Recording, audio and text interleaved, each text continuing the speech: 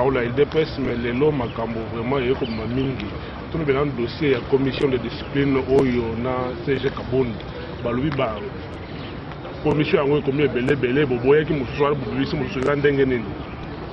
Non, merci mingi de connexion. Na bao baibinga très bien. Naza parmi les anciens oya parti oyo. Naza na kati ya équipe en d'autres termes, je suis dans ces gouvernements depuis 2010 et depuis 2011 après congrès. Oui, makambo ezoleka na parti na biso eza makambo ya soni. Na lobi eza makambo ya soni pona nini? Lelo mutu na mutu soki alingi a régler moninga compte a kokende mbangu alobio commission de discipline et lobby de connexion.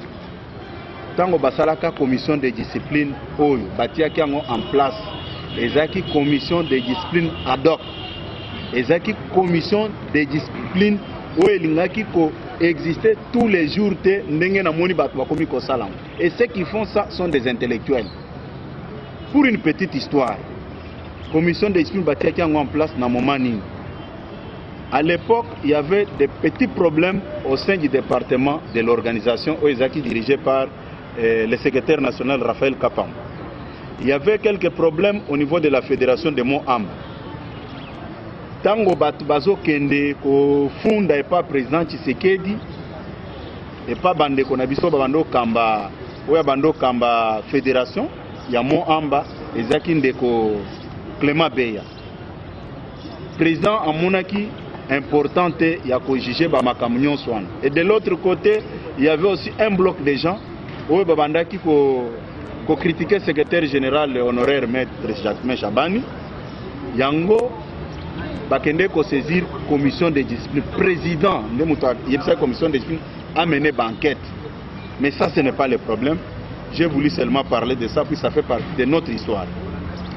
Commission de discipline wana oyo les documents de commission de discipline signé par Alfred Ndinga. Ndinga azo bengana batu tozana 2014 azo bengana tout un groupe de gens pona nini azaki reproché pour un problème de détournement il y a 80 000 francs congolais. Ba collègue ne baloba que comme tu as détourné biso moko bato commission de discipline tokoza la modèle ndenge oyibi mbongo tozoti à l'écart. C'est ça. Tango ba tie pression, ba ke kokutana président Tshisekedi. Balobi non, président. Ezaki na 2013. Ba ebise que président biso toza kopona mokonzi na kati na biso. Pona ko diriger commission de discipline puisque muto yo ndimaki azala azamu yibi. Les gens doivent connaître, c'est très important. Tango ba faire sauter Ndinga, Ndinga akobengana batu. Azui batu, azui yoka argumentaire naye azoloba ke azoloba Ndinga wapi foko eklesi Alfred Ndinga oyo azosala na Bruno Chibala wana azaki nanu awa akendeki na Chibala te tango baninga ne ba reprocher pona mukimuyibi Ndinga azozwa décision numéro 120 azoloba boy. Considérant qu'au cours de l'évaluation de ces activités pour la période du 1er janvier au 30 octobre 2014, des constats amers ont été faits dans les chefs de certains de ses membres. À lobby, leur absence systématique, répétée et non justifiée aux réunions. Mais ce n'était pas ça le problème. Puisque Bato va reprocher qui est que Aïbimbong. Quel montant? 80 000 francs. C'est un dossier autoyébi très bien puisque moi en tant que porte-parole à parti, j'étais à la communication à cette époque-là comme secrétaire national adjoint en charge de la communication.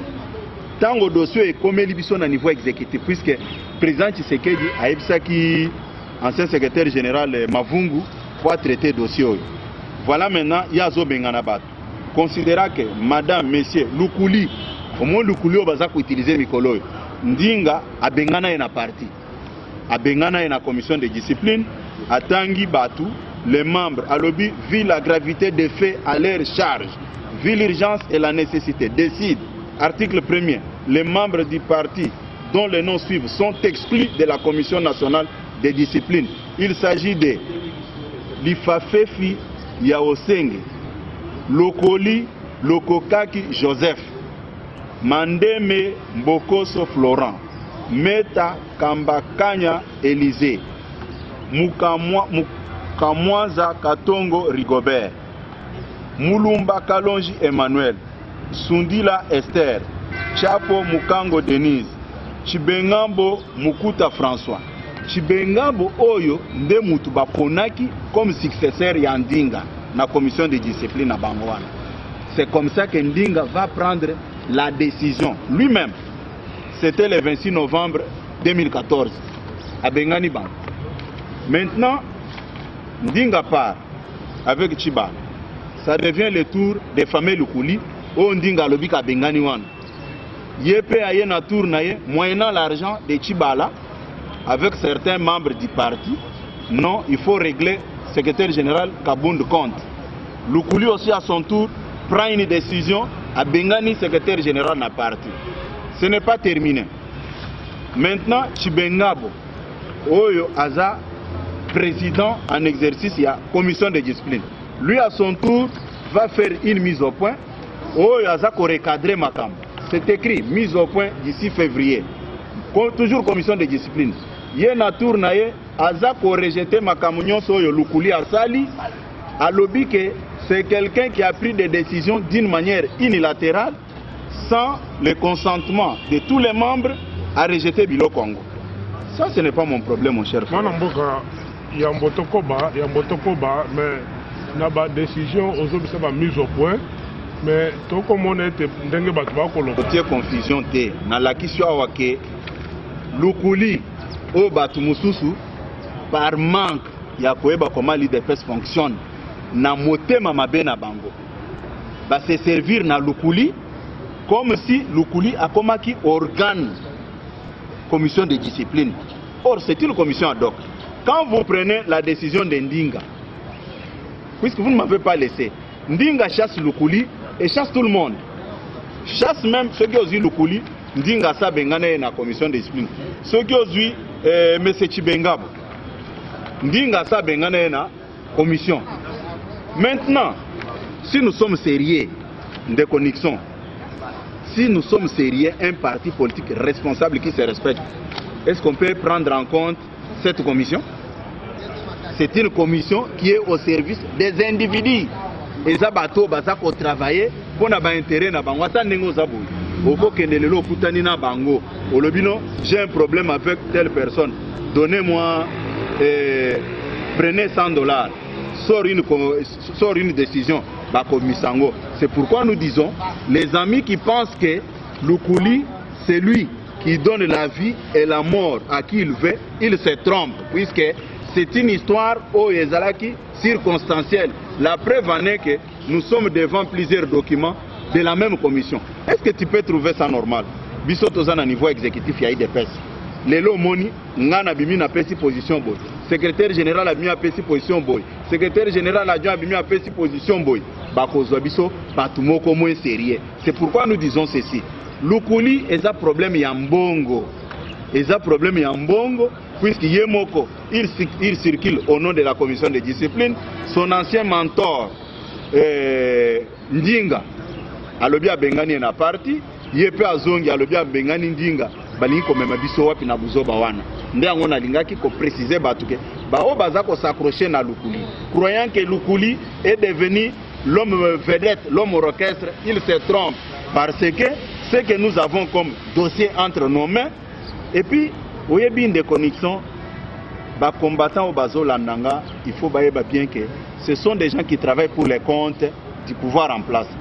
Comment expliquer Lukuli avec sa bande bakoki kozomi kanda na bango bakende kopesa na ministère de l'Intérieur oya Kabila o bafinga kawana ono secrétaire général Jean-Marc est chassé de l'IDPS.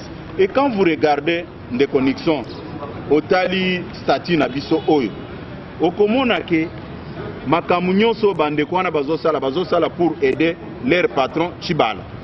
Article 26 ezolo baboyi puisque balingi kolobela makambu ya intérim ya président. Tozotala awa article 26 ya statut nabiso et lobby clairement, c'est écrit en majuscule. C'est écrit en majuscule. Ba lobby bien que intérim du président. Intérim ou une interprétation mon côté. C'est écrit noir sur blanc, mais je pensais qu'il y a les gens de la majorité de l'autre côté qui veulent donner une autre interprétation sur la Constitution. C'est la même chose au sein de l'IDPS. Il faut qu'il y ait un directoire. Kabound ne peut pas convoquer les congrès seul, il faut qu'il y ait le directoire. Parlons-en de connexion. Ceux qui ont eu statut, statut, il y a 1994. Statut est le bel qui m'a directoire. Il y avait président Tshisekedi, président Kibasa, président Liao et président Bouankem. Est-ce que en 2010, tant que des congrès, Nana Boya qui kokota congrès wana que non, puisque c'est Tshisekedi seul qui convoquait ces congrès-là, directoire est mis en place. Et vous allez constater avec moi que c'est un problème de la jalousie et de la mauvaise foi. Mais le congrès à Liboso, le résolution, le congrès au Elandaki, deuxième premier congrès, la résolution du Maki, il faut quand même directoire là. Mais c'est ce que j'ai dit. Non. Jean-Marc Kabound a convoqué congrès sans directoire. Est-ce qu'il a respecté le statut à partir? Nalobi Boye. Statut Oyo. Et ça, statut a eu des presses. Statut qui adopté dans le conclave ya Bondeko. Bayokana qui bien que Tokoki jamais qu'on décision Moutumoko. Il faut 4 personnes. Directoire existait. Les lotés, directoire existait depuis 1994 où il y a conclave de Bondeko. Yango na lobby, toi emprunté kaka voix Oyo baninga wana. Oya mitema mabe. Oh bazoko sabatu que non, tolingi boy, non. Vous ne pouvez pas falsifier l'histoire pour n'a pas intérêt na binomoko. Statut est le bel qui directoire. Mais le 10 décembre 2010, tango toke congrès wana, Mwanke Mazalaki, Liawazalaki, Kibasa Zalaki, pona nini bondimaki kokende congrès wana. Ezande problème motema mabe na jalousie. Oyebi soki muto azana motema mabe, azanga kapoyebi sabatu vérité. Et ça, secrétaire général Oyo Moutou Apekisa qui était Batia Batouana en place. C'est voulu comme ça. Nous ne pouvons pas résoudre ces problèmes avec des imaginations qui ne sont pas conformes avec notre statut. Balobi bien que intérim, en grand caractère, intérim du président, article 26. Et c'est là où je suis même étonné. Nayoki quand vous arrivez dans une organisation,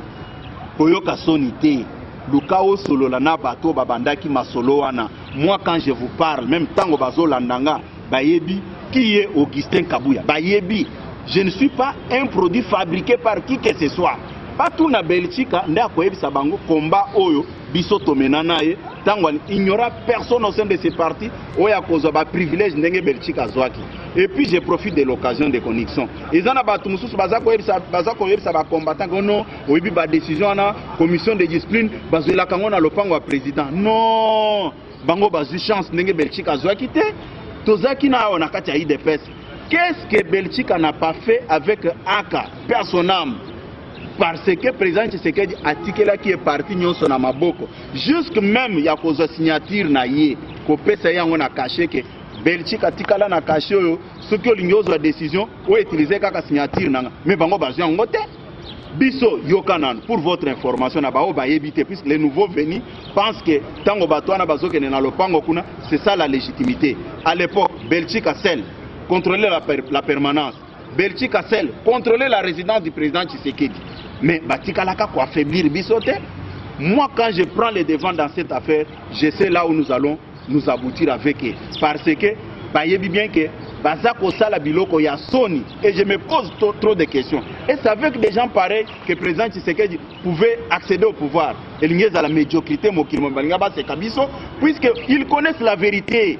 Mais Balingi Koto Sangote Bazolo, oh non, voilà, Oebi Elo Komoko na Yokaki, il y a des jours. Oh non, pourquoi Bazu commission à Libosote, Batiango est préparé congrès extraordinaire. Non, le mais commission wana président Tshisekedi atiaki en place à l'obelaki likambwali wana ete, mais ça c'est une commission extraordinaire et c'est un congrès extraordinaire au Ezak Kolobalikambo Moko, un seul point à l'ordre du jour.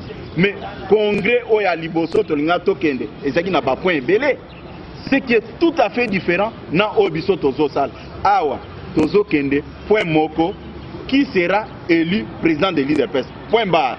Le reste, ceux qui présentent au congrès extraordinaire, à lobby maintenant que je convoque le congrès ordinaire. C'est à ce moment-là, toko le makamunyo yango moni, toko toucher na statut, toko toucher na ba structure ya parti te, toko tika ba structure nyonso.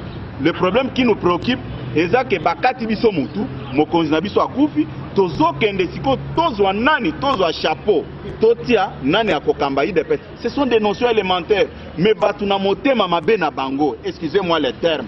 Ceux qui ont lingi mutute, mais il faut oloba vérité, oloba que non, voilà. Je peux vous donner un exemple. Pourquoi dans mes interventions, je dis toujours que non? Je félicite Belchika puisque Belchika a sali parti naïe. Voilà un homme sérieux. Que je félicite Mavungu puisque Mavungu a sali parti naïe. Ce n'est pas de la médiocrité au Chibala à Zomema. Et j'ai suivi même l'Oseke. L'Oseke sans gêne. Nayambia Wakaka en 2013. Je pèse bien mes mots. Sans rien de l'IDPS en lui, mais comme il parle en français, à Kanisi Keno, à Zoloba Biloko à Malamu, Ono, Biso Tosali Congrès, Nabiso, conformément à l'article 26. Article 26 c'est ça. Chibala n'a jamais été secrétaire général de l'IDPS. Et puis, Texo Bakeko, notarié Kuna. Ça n'a rien à voir avec ça.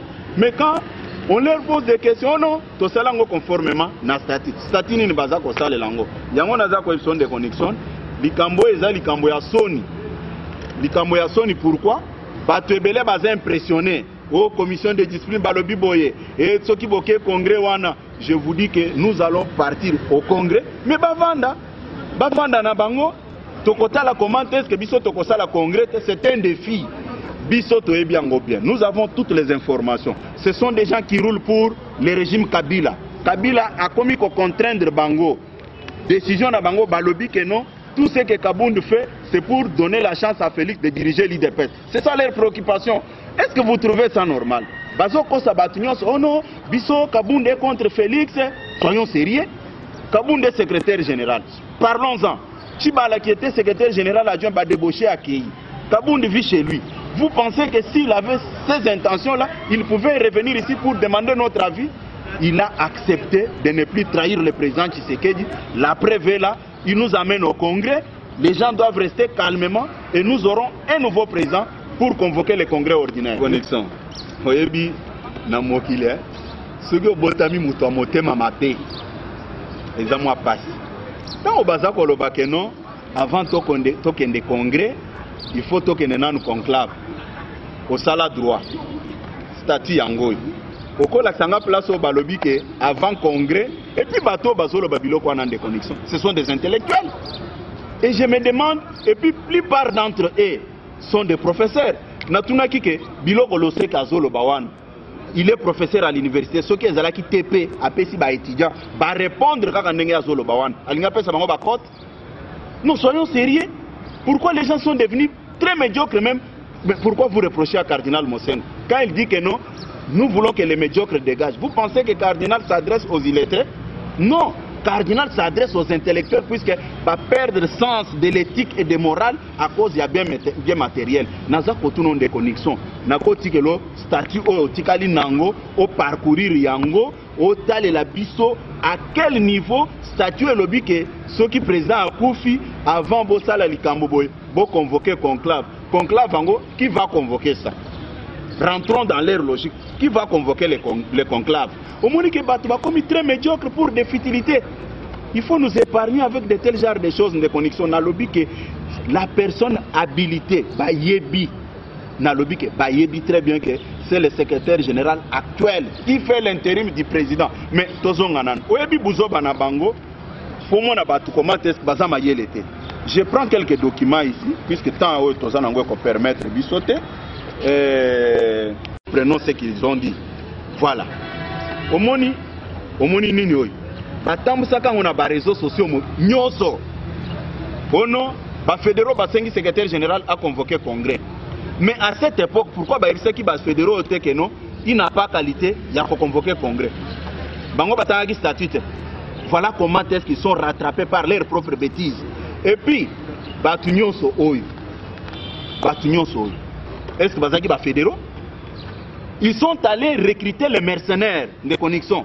Est-ce que, non, soyons sérieux, Zoba Kombo ya Batunyo so Bakomaki, o Basinyaki Mukanda Oyo. Bato Basinyaki Mukanda Oyo. Vous oubliez que moi j'étais aussi fédéral à l'époque. Nazo Laksa Bakombo Yangoy. Bakombo Yangoy. Bakombo Yangoy. Mais voilà maintenant là où nous rattrapons tous ces mercenaires recrutés.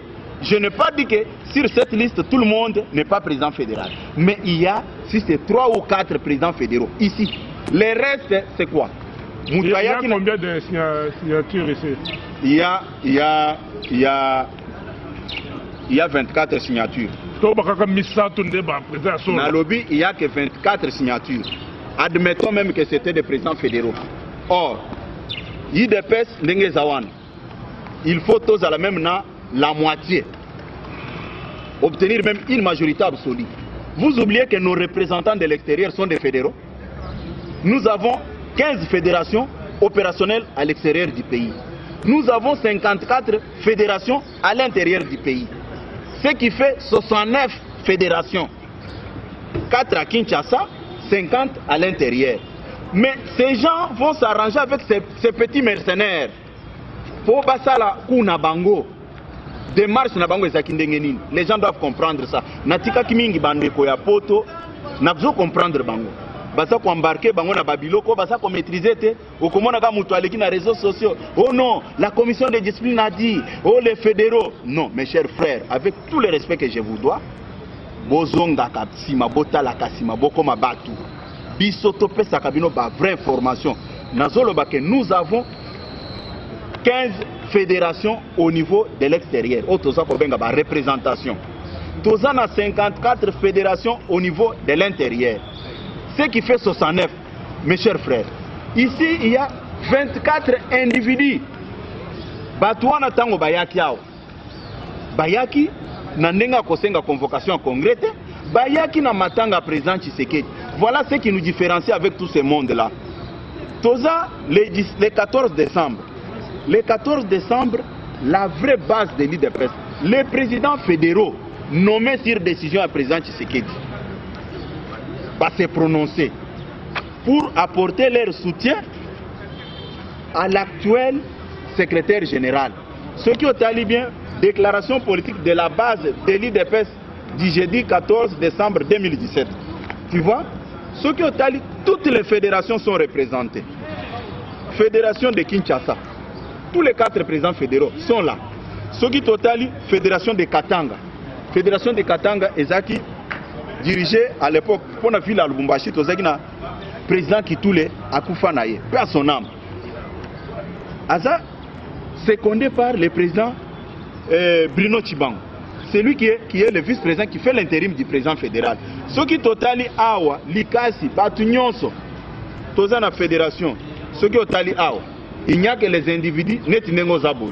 Ok, par exemple, à Naba Congo, admettons que le président Tshisekedi Abando va à Naba Congo, à Koufikuna, yo ke kuna na matanga, allez, on s'improvise au lobby, na commis fédéral. Non, ça ne se passe pas comme ça. On doit avoir un document qui atteste que réellement vous êtes président fédéral. Ce qui totalie bien, dans le 14 décembre, base IDPS va se prononcer qui va faire une déclaration commune. Et à la base Nabiso Alibanda, et à la base Yakatiao, pour nous soutenir l'actuel exécutif. Vous comprenez? En désaccord avec ces mercenaires, au Batam Sakinini Nabango, Ono, les fédéraux. Quand nous faisons même les simples calculs, 24 sur 69, pas même la moitié, mais ils ont circulé avec ces documents partout, comme dans leurs habitudes. Et puis je voulais un peu souligner une chose, une déconnexion. Moi, j'ai travaillé, j'étais la pièce maîtresse dans le conflit à Bato-Arigini. Bato-Bele, Bato-Arigini, mais pas participaté. Et même aujourd'hui, quand les gens veulent se servir, dans Makambo et Tali, par réseaux sociaux, oui, dans la période à Rigini, Belgique, Azaki, na site naye, forum de discussion naye, parlementaire debout. Moubake, Obisoto Zalaki naye, de notre côté, Azalakina, forum de discussion naye, IDPS liste. Tu ne pouvais pas mettre les histoires contre Moubake sur IDPS liste, tu ne pouvais pas mettre les histoires sur parlementaires debout contre Belchika. Qui était gestionnaire de ce forum parlementaire debout? C'était Pascal Belchika, le frère à Belchika. Qui était gestionnaire de l'IDPS liste? C'était Kiringa et Mwanya. Nous connaissons tous ces jeux-là. Ce n'est pas du nouveau. Les lotins, on a zomana ba petit et belé, bazo recruter bango, ngazo bien ba mercenaires. Bazo recruter bango, au bâti na ba WhatsApp, au contre l'exécutif, balo baba biloko wana. Ce n'est pas du nouveau. Naïb ça va mettre à penser na bango que j'ai évolué dans tous les conflits. Je connais, je sais comment ça se prépare et ça s'exécute.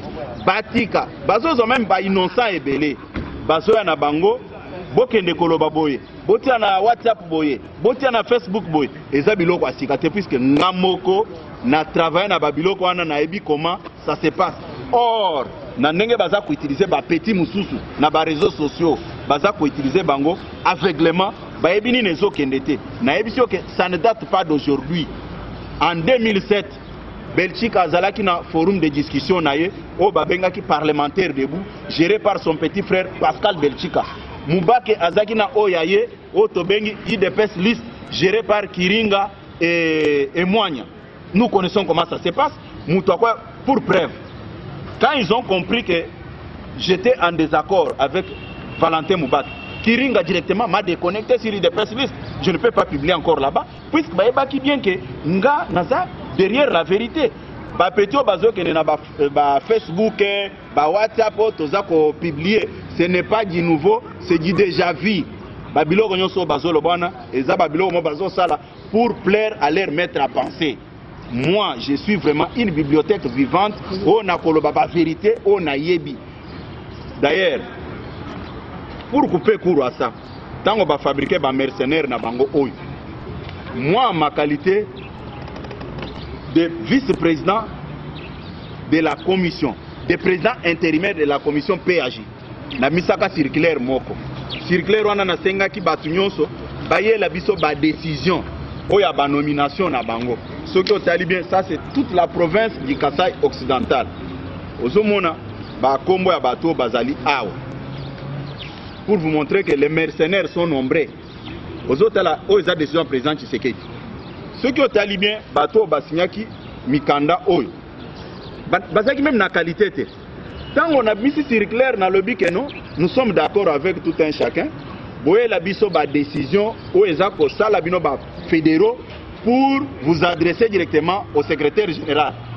Comme ils savaient que c'est derrière cette histoire, oh basalaki ba makui na bango, oh ba recrutaki ba mercenaires na bango, allez, toutes les flèches étaient dirigées sur Augustin. En quelle qualité il peut demander aux fédéraux d'amener leurs décisions? Non. Au niveau de l'exécutif, nous avons 4 commissions. La commission PAJ est dirigée par le secrétaire général adjoint, M. Félix Tshisekedi, où moi je fais partie. Et je suis le président de tous les secrétaires nationaux au Bazanakata commission. Quand lui n'est pas présent, automatiquement j'ai fait son intérim. C'est comme ça que j'avais demandé à tout ce monde de nous amener les décisions au Salake. Base à la bas fédéraux, Batikala Koya Nangote. Ce qui est ça, c'est la correspondance de l'ancienne province orientale. J'ai pris un échantillon pour montrer aux gens que nous travaillons dans la légalité et dans la transparence. Ce qui est Batunyon so Oyo. Personne parmi les signataires Oyo Balobaki ko Tosengi CG a convoqué congrès extraordinaire. Ce sont des mercenaires recrutés pour des raisons de la cause. Hein? Batubasa sans qualité, va utiliser bango, baye na bango. Et puis, tango base ya IDPS, puisque bisoto salaka babiloko par centimètre.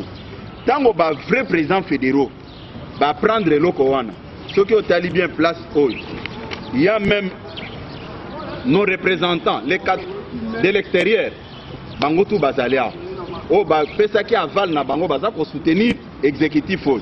Ce qui ont vu toutes les 54 fédérations, Oyo Bazan nommé pas président Tshisekedi. Ils avaient fait une déclaration ici au cours d'une matinée politique.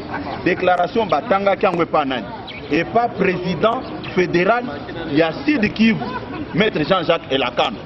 Mais, au moni, ceux qui ont talibien, Bakoma Eko Salanine, Bakozo Komba Mouti, Ozotala Ao. Chimbombo Blandar Oya Kanang a signé PO. Yété un mercenaire a commis combo na mais atie PO au moment où j'étais avec ce président là dans mon bureau. C'est pour vous dire que les gens ne se gênent montant. Il y a qu'à expliquer bino comment est-ce que les gens se comportent au sein de l'IDPS comme des seigneurs de guerre, comme des mercenaires. C'est par rapport à Babouzo Banyonso ba étalé. J'affirme devant vos caméras, la personne habilitée pour convoquer les congrès, c'est le secrétaire général conformément au statut du parti. Conformément au statut. On les veuille ou pas, ils peuvent chercher un autre parti politique au lieu de créer des confusions inutiles. Ceux qui pensent qu'ils peuvent faire l'intérim avec le secrétaire général, hein, ce n'est pas écrit ici. Le statut est clair.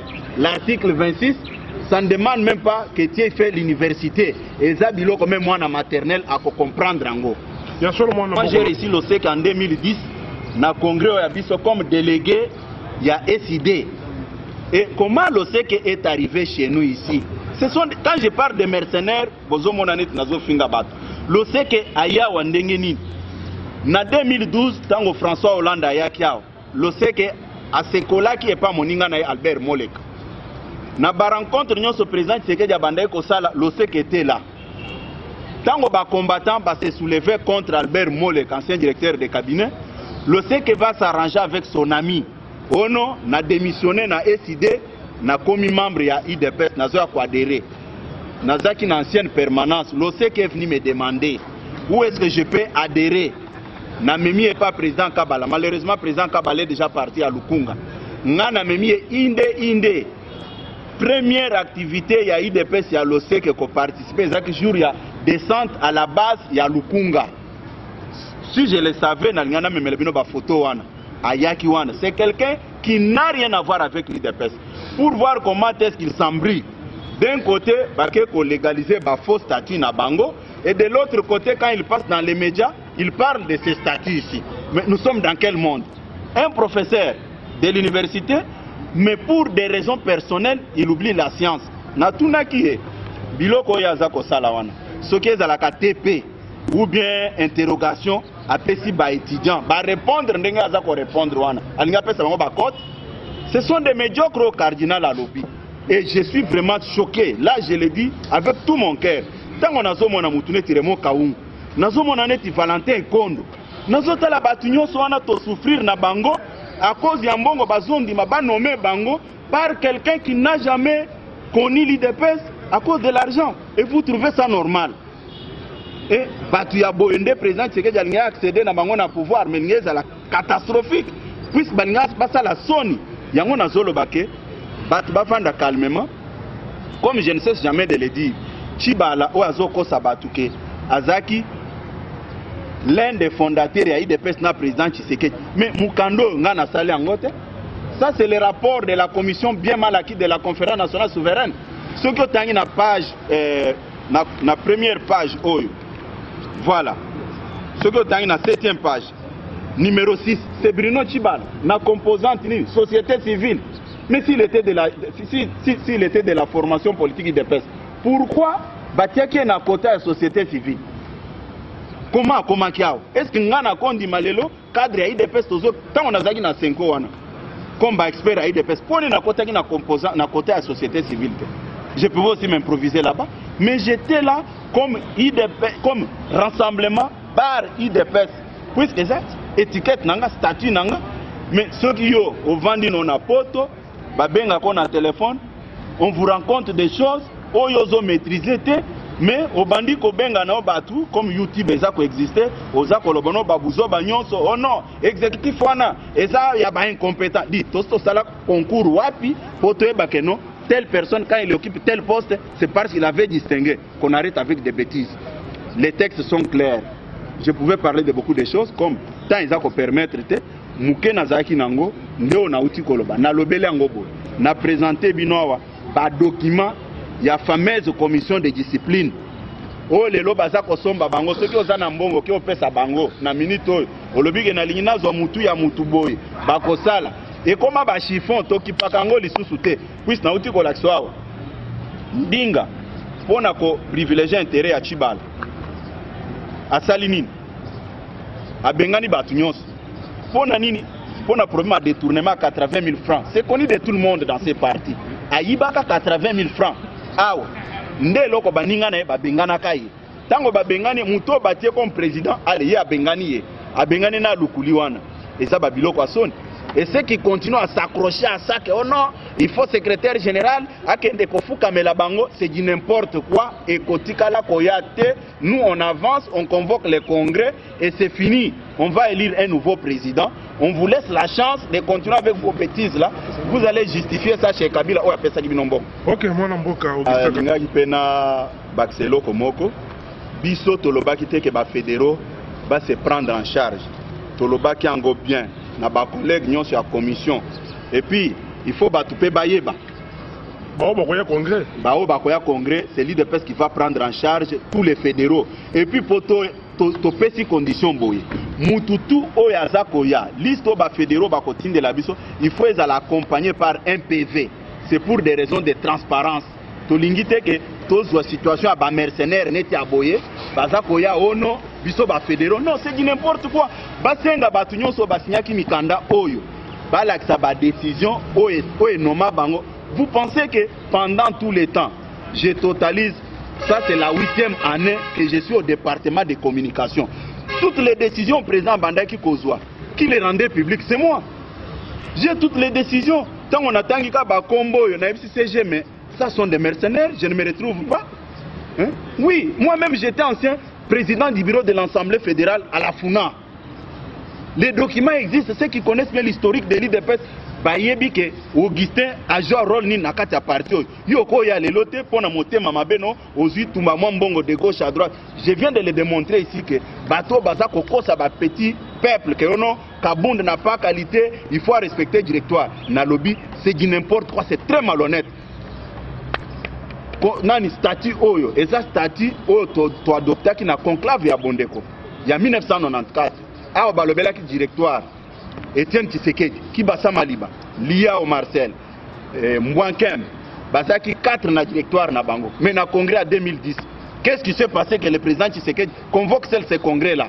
C'est par rapport au contexte politique. Le président Tshisekedi a bengana ki mutute.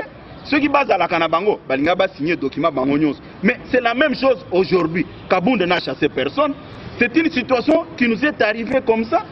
Et puis vous allez maintenant étouffer le fonctionnement d'un grand parti politique. Parlons-en. Directoire Rango Bako désigner Batongo sur base de quel profil? Voyez Sanga Nanouke, directoire Tokozo Moutuboy. Vous convaincre que Moutouana Tango Azoya Azoaki mandat. Je prends mon exemple. Je suis au niveau de l'exécutif. Est-ce que Ngana Zoa mandat à province Nanga? J'ai été nommé par le président Tshisekedi. C'est la raison pour laquelle Naïb Sarabatu que Moutouaïb Sangate au national Tozo soutenir yo. Non. Même ceux qui ont le besoin de soutenir Ngate, mais il y a une décision de notre chef où est Salake Nazalawana. Et Botika Koko Sabatu que oh non, il faut directoire, oh il faut boye boye. Je pense que message et l'équipe Moutounion soit comprendre Yango. Ceux qui Moutouazana Motema Mabena, et s'il a un problème personnel avec le secrétaire général, Aya Kopozango, Tokoyo Katokolo problème Ango Zandegeni. Mais à ce qui concerne la convocation du congrès, la personne habilitée c'est le secrétaire général. Congrès, voilà. Congrès, to convoca Kiango le 26 février. Mais après, qu'on annonce date na biso, to moni bandeko, o ya laïque, ya catholique, balobi non, biso to la marche le 25. Loko la biso, to zwaka intérêt, ya population, liboso a makamunyoso, to lobi photo reporter, congrès na biso, na mois de mars. Comme ça, to soutenir action. Oui, que na sepela qui na intervention ya secrétaire général à Senko, parce que tant que invité à RFI, na micro ya Madame Florence Maurice, alobi que atuniye, est-ce que bino lelo bokomi bino Senko, bokomi ko soutenir makambo ya balaïque, à répondre ango, kole quand même makambiso to banolo.